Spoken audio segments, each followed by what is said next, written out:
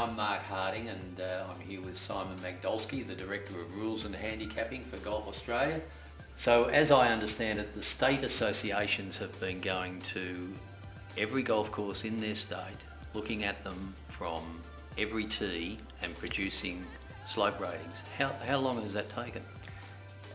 We started the process in about the end of 2009, start of 2010, and it's just finished in the last couple of months. So it's been a very involved process that's involved an extraordinary amount of work by a lot of dedicated volunteers, and we do owe those volunteers a significant debt. So they've worked so hard, we better put it into practice and see how it goes. So Simon, your GA handicap will be 16.2.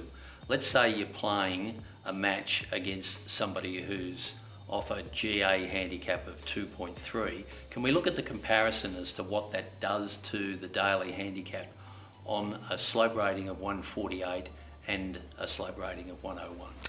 Yeah, so with the easier golf course, the slope rating 101, if I play on that slope rated 101 golf course, if we just have a look at the chart, I would play off a daily handicap of 14. Now my opponent, off their GA handicap of 2.3, if we look at the chart, they play on a daily handicap of 2. So there's a 12 stroke differential between us. If we then go and look at the harder golf course, the 148 slope rated golf course, again we follow the chart. Me on my GA handicap of 16.2, I'm playing off daily handicap of 21 on that golf course. My opponent, who has the GA handicap of 2.3, they'll have a daily handicap of 3. So their handicap increases by a little bit on the harder golf course. My handicap increases by a lot more than theirs does.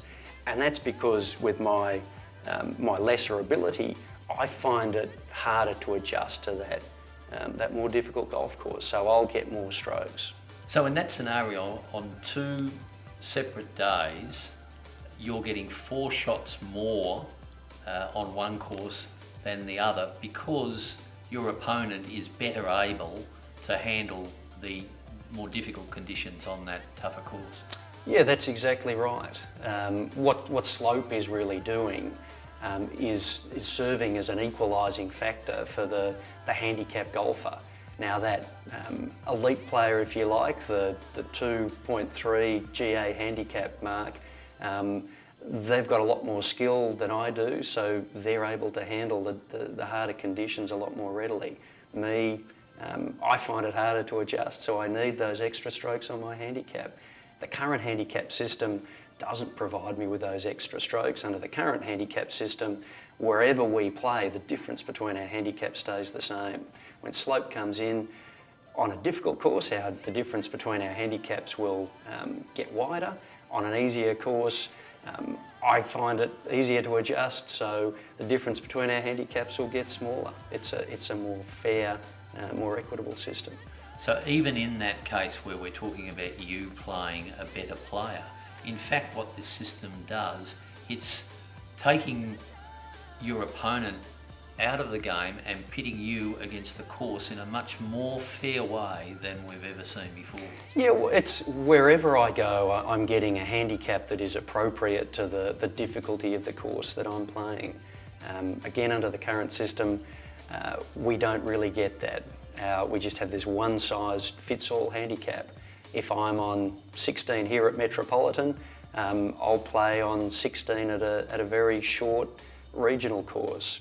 Under slope, I might play off 18 here at Metropolitan and a handicap of 12 on a short regional course.